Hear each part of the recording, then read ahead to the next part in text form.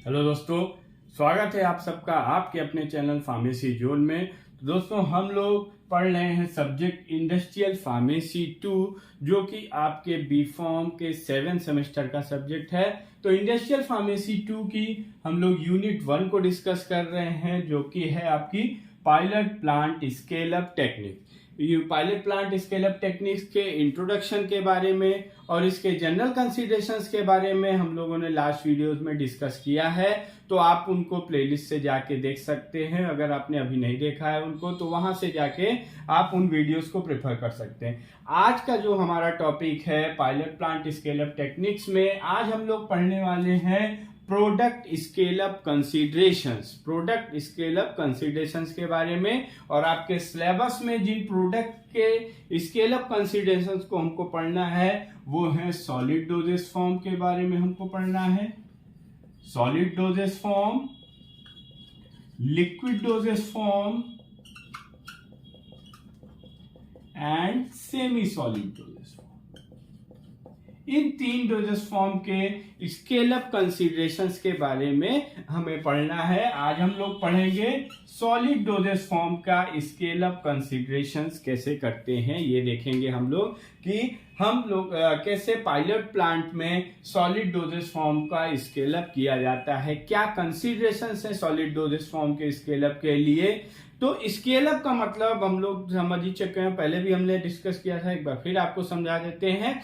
Scale up का मतलब कि कैसे हम अपनी फॉर्मुलेशन के, अपने डोजेस फॉर्म के, जो भी हमारा डोजेस फॉर्म है, इस डोजेस फॉर्म के प्रोडक्शन को कैसे स्मॉल स्केल से लार्ज स्केल में ले जाते हैं, इसी को कहते हैं स्केल अप। मींस कि अपनी फॉर्मुलेशन, हमारे डोजेस फॉर्म के प्रोडक्शन को स्मॉल स्केल से लार्ज स्केल तक ले जाने की प्रोसेस को ही कहा जाता है स्केल अप। और पायलट प्लांट में हम इसी स्केल अप से रिगार्डिंग डिजाइन तैयार करते हैं, डाटा तैयार करते हैं। तो आइए अब हम लोग देखेंगे कि कैसे हम सॉलिड डोजेस फॉर्म का स्केल अप करते हैं। सॉलिड डोजेस फॉर्म मींस कि सॉलिड डोजेस फॉर्म के एग्जांपल्स कौन से। अगर हम सॉलिड डोजेस फॉर्म की बात कर रहे हैं तो इसके क्या एग्जांपल होंगे, आप सबको पता है। टैबलेट हो गया हमारा, कैप्सूल्स हो गई, पिल्स हो गए, ये सब these are the forms of solid dosage form. तो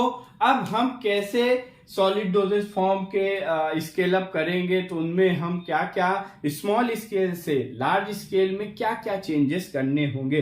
और सबसे पहले हम ये एक चीज समझ लेते हैं कि जब हम किसी भी प्रोडक्ट का या किसी भी डोजेस फॉर्म का स्केल अप कर रहे होते हैं, तो वहां पे हमें ड्यूरिंग प्रोडक्ट स्केल अप के समय हमें हर एक पॉइंट पे या हर एक स्टेप पे अटेंशन की जरूरत होती है, हर एक स्टेप के वैलिडेशन की जरूरत होती है। मीन्स हमें हर एक स्टेप पे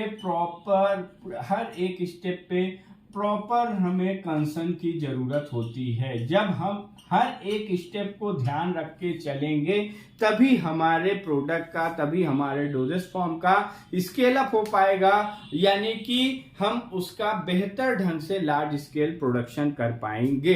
अदरवाइज क्या होगा कि अगर हम उसकी प्रॉपर स्टडी करके हर एक स्टेप को प्रॉपर वैलिडेट करके, इवेलुएट करके नहीं चलेंगे, तो जो हमारा प्रोडक्ट है, जैसा कि हमने शुरुआत में डिस्कस किया था कि किसी भी प्रोडक्ट को के स्केल अप के लिए हम क्या करते हैं, हमारे पास जो डाटा होता है वो डाटा होता है स्मॉल स्केल का।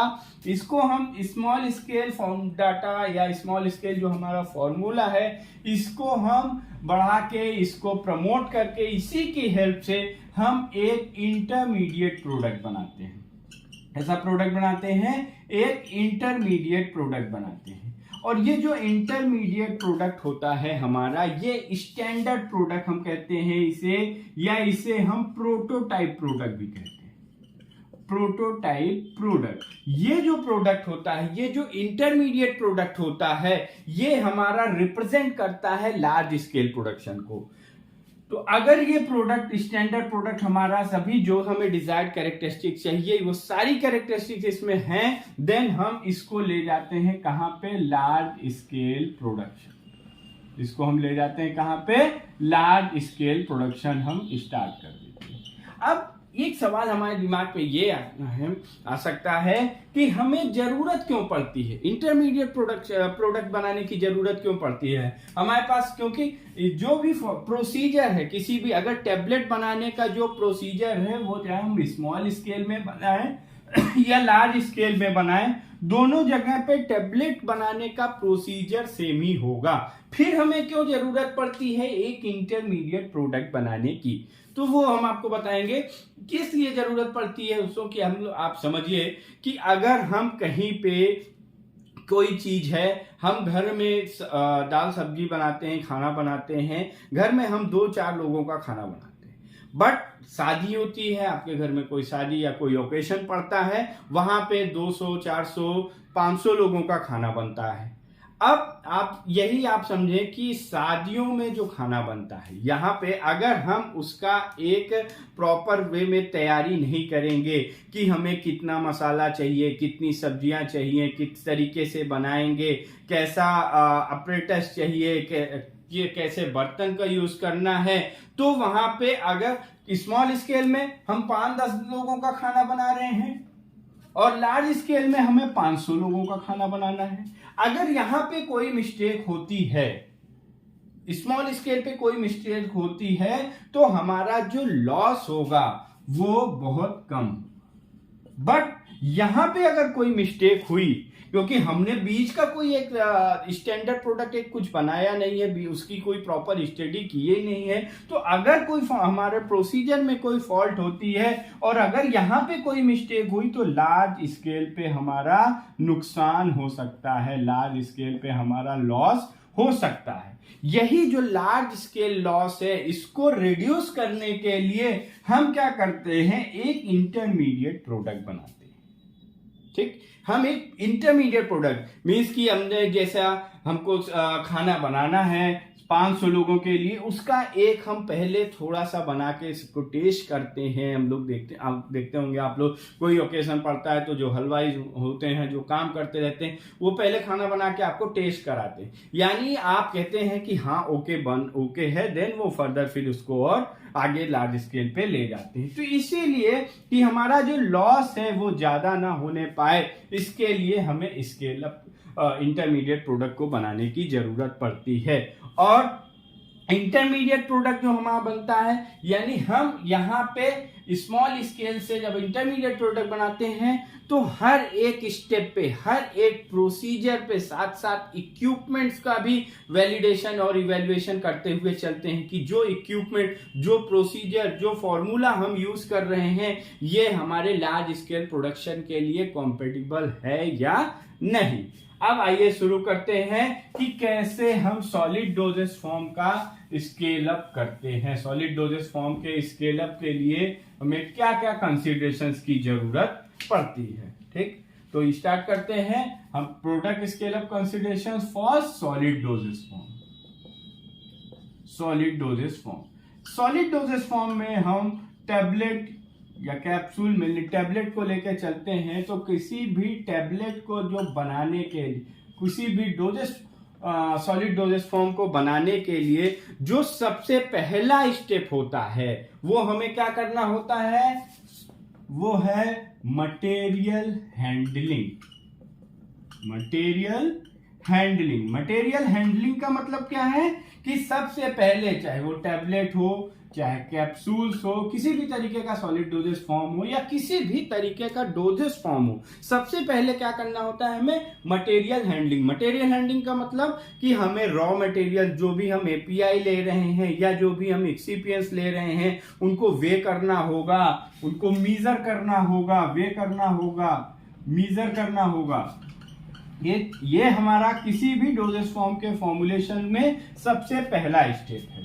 तो अगर अब यही हम देखते हैं कि कैसे डिफरेंस आता है स्मॉल स्केल से लार्ज स्केल में, तो हम किसी मटेरियल हैंडलिंग, जब हम स्मॉल स्केल में मटेरियल हैंडलिंग करते हैं, आप लैब वगैरह में tablet, industrial pharmacy first 5th semester में आपने टैबलेट्स बनाई होंगी, उनका प्रैक्टिकल किया होगा, तो जब हम स्मॉल स्केल में टेबलेट बनाने जाते हैं तो वहां पे मटेरियल हैंडलिंग के लिए हम क्या करते हैं, जनरली हम स्कूप आप क्या लेते हैं, हम एक जो जिस डिब्बे में होता है उसमें से रॉ मटेरियल को हम स्पैचुला की हेल्प से जितना हमें चाहिए होता है उतना निकाल लेते हैं, उसको एक स्कूप कर लेते हैं और उसके बाद उसको हम वे कर लेते हैं। यानी यहाँ पे स्मॉल स्केल पे मटेरियल की हैंडलिंग हम हाथों से ही कर सकते हैं, यानी manually material handling small scale पे की जा सकती है। बट लार्ज स्केल पे हम जब लार्ज स्केल यानी जब आप कहीं पे भी प्रोडक्शन में काम होता है तो वहां पे हजारों लाखों टेबलेट्स बनती हैं, तो वहां पे हमें रॉ मटेरियल जो होगा वो भी ज्यादा लेना होगा। तो यहाँ पे हम मैनुअली हैंडलिंग नहीं कर सकते, यहाँ पे हमें जरूरत पड़ती है मैकेनिकल डिवाइसेस। ठीक, तो यही डिफरेंस आ गया कि जहां स्मॉल स्केल पे हम मैनुअली हैंडल कर ले रहे थे वहीं लार्ज स्केल पे अब हमें मैकेनिकल डिवाइसेस की जरूरत पड़ती है ताकि हम एक्यूरेट मेजरमेंट कर सके, एक्यूरेसी मेंटेन रहे और साथ साथ लॉस को भी रिड्यूस कर सके। तो यहाँ पे किस तरीके के मैकेनिकल डिवाइसेस होंगे for material handling? Mechanical devices के आपका एग्जाम्पल होगा, सबसे पहला हम क्या लेते हैं, वैक्यूम लोडिंग सिस्टम। ये अलग अलग टाइप्स है मैकेनिकल डिवाइसेस के जिनके थ्रू हम मटेरियल हैंडलिंग कर सकते हैं। देन दूसरा है आपका screw feed system and third one is metered pump. ठीक, ये these are the types of mechanical devices by which we can handle the materials, we can weigh and measure the raw material। so सबसे पहला हमारा जो हो गया step material handling में देखा कि हम स्मॉल स्केल पे मैनुअली मटेरियल्स को हैंडल कर ले रहे थे, मैनुअली मटेरियल्स को स्कूप अप कर ले रहे थे, उनको वे कर ले रहे थे, मेजर कर रहे थे। बट वहीं लार्ज स्केल पे हमें मैकेनिकल डिवाइसेस की जरूरत होती है for accurate measurement and to reduce the loss. तो वहां पे कौन सी मैकेनिकल, या तो हम वैक्यूम लोडिंग सिस्टम का यूज करते हैं। वैक्यूम लोडिंग सिस्टम एक ऐसा लोडिंग सिस्टम होता है जिसमें वैक्यूम के थ्रू मटेरियल्स का ट्रांसफर होता है, या स्क्रू फीड सिस्टम, इसमें एक स्क्रू होता है जिसके थ्रू जिसको ऑन ऑफ करने पे मटेरियल्स का ट्रांसफर होता है। एंड मीटर पंप में एक आपकी मीटर डिवाइस होती है जिसपे हम जिस मीटर पे सेट कर देते हैं उतना हमारा रॉ मटेरियल मेजर होके ट्रांसफर हो जाएगा जिस भी apparatus में हम उसको वे करना चाह रहे हैं। देन सेकेंड स्टेप आते हैं, हमने मटेरियल को वे कर लिया, मेजर कर लिया। अब हम क्या करते थे, अगर याद हो आपको, हम लोग इसके पेस्टल मोटर में लेते थे और उसकी मिक्सिंग करते थे, यानी कि इसे हम कह सकते हैं ब्लेंडिंग। ठीक, सेकेंड स्टेप था हमारा ब्लेंडिंग। जो ब्लेंडिंग होता है, ब्लेंडिंग के लिए जो हम इक्विपमेंट लेते हैं या जो कंटेनर लेते हैं तो उसकी आइडियल कैरेक्टरिस्टिक्स ऐसी है, आइडियली ऐसा कंटेनर होना चाहिए ब्लेंडिंग के लिए जिसमें कि ग्रेनुलेशन और ब्लेंडिंग दोनों एक साथ की जा सके। तो ये अभी हम देखेंगे कि ग्रेनुलेशन में हम किस तरीके का लेते हैं, वही हमारा ब्लेंडिंग में भी यूज हो जाएगा। तो थर्ड स्टेप क्या है, ग्रेनुलेशन। अब सबने क्या किया था, पेस्टल मोटर हमने लिया, स्मॉल स्केल को ही हम याद करके चले जो जिसका हमने प्रैक्टिकल किया। सबसे पहले हमने रॉ मटेरियल्स को वे कर लिया, मेजर कर लिया, देन हमने पेस्टल मोटर में उसको ट्रांसफर किया और उसकी ब्लेंडिंग करते थे। ब्लेंडिंग के मतलब कि उसका हम उस ब्लेंडिंग करने से उसका पार्टिकल साइज रिड्यूस हो जाते थे। अगर किसी कहीं कोई लम्स का फॉर्मेशन है, लम्स के फॉर्मेशन को ये क्या कर देता है, कोई लम्स या एग्रीगेट्स का फॉर्मेशन है तो वो ब्लेंडिंग के दौरान खत्म हो जाता है या ये रिड्यूस हो जाता है। ठीक, देन थर्ड स्टेप है हमारा ग्रेनुलेशन। प्रॉपर डिस्ट्रीब्यूशन के लिए हम यूज करते हैं। और सबसे पहले हम समझ लेते हैं कि ग्रेनुलेशन का यूज क्यों करते हैं। क्या क्यों करते हैं, सॉरी ग्रेनुलेशन हम करते क्यों। ये जो हमारा पाउडर मटेरियल रहता है, यहाँ पे हम एक ग्रेनुलेटिंग लिक्विड लेते हैं जिसकी हेल्प से हम ग्रेनुलेशन प्रोसेस करते हैं। तो सबसे पहला ग्रेनुलेशन का जो ऑब्जेक्टिव है कि to improve flow property. Flow property, किसी भी पार्टिकल्स के फ्लो प्रॉपर्टी को इंप्रूव करने के लिए ग्रेनुलेशन का यूज किया जाता है, उसकी डेंसिटी को इंप्रूव करने के लिए, और साथ ही साथ particle size, uniform particle size distribution के लिए भी हम क्या करते हैं, ग्रेनुलेशन करते हैं। ठीक, यूनिफॉर्म पार्टिकल साइज डिस्ट्रीब्यूशन के लिए। अब हम देखते हैं कि लार्ज स्केल पे, यहाँ पे अभी स्मॉल स्केल की अगर हम बात करें तो स्मॉल स्केल में हम पेस्टोर मोटर में ही ब्लेंडिंग एंड ग्रेनुलेशन दोनों कर ले रहे थे। बट अगर अब हम लार्ज स्केल की बात करें, मेनली जो मोस्ट ऑफन मेथड है ग्रेनुलेशन का वो है आपका वेट ग्रेनुलेशन। तो अगर हम वेट ग्रेनुलेशन की ही बात करें तो लार्ज स्केल में जो वेट ग्रेनुलेशन होता है उसके लिए हम कुछ इक्विपमेंट्स का यूज करते हैं, जैसा कि आपका हो गया सिग्मा ब्लेड। सिग्मा ब्लेड, या इसे हम कहते हैं heavy duty planetary mixture. Heavy duty planetary mixture, इसका यूज करते हैं। या हम टंबल ब्लेंडर का यूज करते हैं, टंबल ब्लेंडर का यूज करते हैं, या हाई शियर मिक्सचर का यूज किया जाता है। हाई शियर मिक्सचर, ये हमारे कुछ इक्विपमेंट्स हैं जिनका यूज किया जाता है फॉर द वेट ग्रेनुलेशन या for the granulation of raw material, powder material. ये जो इसमें हमारा सिग्मा ब्लेड या हैवी ड्यूटी प्लैनेटरी मिक्सचर है, ये एक ऐसा इक्विपमेंट है जिसमें 7 से 10 या 7 से 8 हॉर्स पावर का मोटर लगा हुआ होता है। ठीक, इसकी जो इसको पावर प्रोवाइड कराता है वो मोटर होता है जो कि 7 से 8 हॉर्स पावर का मोटर होता है। और ये जो sigma blade heavy duty planetary mixture है, ये एक टाइम पे इसमें 100 से 200 केजी मटेरियल की हैंडलिंग कर सकते हैं। 100 से 200 केजी मटेरियल का ग्रेनुलेशन इसमें किया जा सकता है। तो आप यहाँ पे देखिए 100 से 200 केजी, यानी कि हम कितना ज्यादा अमाउंट में रॉ मटेरियल्स को लेके चल रहे हैं लार्ज स्केल में। तो यहाँ पे हमें एपरेटस में, स्मॉल स्केल में हम पेस्टोर मोटर में ही कर ले रहे थे, बट अगर हम लार्ज स्केल पे आते हैं तो यहाँ पे हमें कुछ स्पेसिफाइड इक्विपमेंट्स की जरूरत पड़ेगी। देन हम टंबल ब्लेंडर का यूज करते हैं, हाई शियर मिक्सचर का यूज करते हैं। तो हमने 3 स्टेप देख लिया टैबलेट या सॉलिड डोजेस फॉर्म के फॉर्मुलेशन में। अगर मटेरियल हैंडलिंग कर रहे हैं तो मटेरियल हैंडलिंग हम स्मॉल स्केल में मैनुअली कर ले रहे थे, बट अभी हमें मैकेनिकल डिवाइसेस की जरूरत होगी। देन हमने ब्लेंडिंग के बारे में देख लिया और ग्रेनुलेशन देख लिया। देन ग्रेनुलेशन करने के बाद नेक्स्ट जो हमारा 4th स्टेप है, नेक्स्ट स्टेप क्या है, ड्राइंग। ड्राइंग के लिए हम क्या करते हैं, ड्राइंग के लिए हमारा जो एपरेटस यूज किया जाता है वो है हॉट एयर ओवन,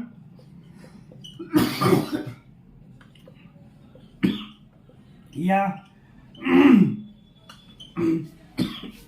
सॉरी यहाँ पे हम हॉट एयर ओवन या फ्लूइडाइज्ड बेड ड्रायर का यूज करते हैं। सॉरी, गले में कुछ। तो ड्राइंग के लिए हम यहाँ पे जो हमारी मटेरियल्स की ड्राइंग होती है वो स्टीम के थ्रू या इलेक्ट्रिसिटी के थ्रू होती है। और यहाँ पे जो हम इक्विपमेंट्स का यूज करेंगे, इक्विपमेंट्स का यूज हम जो करते हैं वो इक्विपमेंट्स है हमारे हॉट एयर ओवन या फ्लूइडाइज्ड बेड ड्रायर। बट इसमें जो मोस्ट ऑफनली ज्यादा यूज किए जाने वाला इक्विपमेंट है फॉर ड्राइंग वो है फ्लूइडाइज्ड बेड ड्रायर। क्यों? हॉट एयर ओवन में जो है यहाँ पे हमारा 7 से 8 घंटे लग जाते हैं किसी भी प्रोडक्ट के ड्राइंग के लिए, बट फ्लूइडाइज्ड बेड ड्रायर ये लेस देन 1 घंटे से कम में ही फ्लूइडाइज्ड बेड ड्रायर में हमारे प्रोडक्ट की ड्राइंग हो जाती है। तो यहाँ ड्राइंग के लिए हम जो एपरेटस का यूज करेंगे वो है hot air oven and fluidised bed dryer. अब यहाँ पे हमें कुछ प्रिकॉशंस लेनी होती है, कुछ हमारे कंट्रोल्स होते हैं, जैसे कि हमें ध्यान देना होता है एयर फ्लो रेट के लिए, हर प्रोडक्ट के लिए एयर फ्लो रेट अलग होगा, एयर टेम्परेचर अलग होगा, और उसके साथ साथ टाइम, स्पेसिफाइड टाइम का भी हम यूज कर, मीन्स कि इतनी जो चीजों पे अलग अलग प्रोडक्ट के लिए, अलग अलग प्रोडक्ट की ड्राइंग के लिए हमें air flow rate, temperature and specified time का प्रॉपर ध्यान में रख के चलना होगा। देन अब ब्लेंडिंग ड्राइंग करने के बाद फिर उसका क्या किया जाता है, नेक्स्ट स्टेप है रिडक्शन इन पार्टिकल साइज। याद हो आपको, फिर से हम उसके पेस्टर मोटर में लेके उसके पार्टिकल साइज को रिड्यूस करते थे। पार्टिकल साइज को रिड्यूस किया जाता था ताकि प्रॉपर यूनिफॉर्म उसका यूनिफॉर्मली मिक्सअप हो सके, ताकि सही ढंग से उसका कॉम्प्रेशन हो सके और हमारी टेबलेट का फॉर्मेशन हो सके। तो पार्टिकल साइज के रिडक्शन के लिए लार्ज स्केल पे यहाँ पे हमें जरूरत पड़ती है हैमर मिल की। हैमर मिल से हम करते हैं, और कौन से हैं, सीव्स की। कुछ मैकेनिकल डिवाइसेस का भी हम यूज करते हैं, मैकेनिकल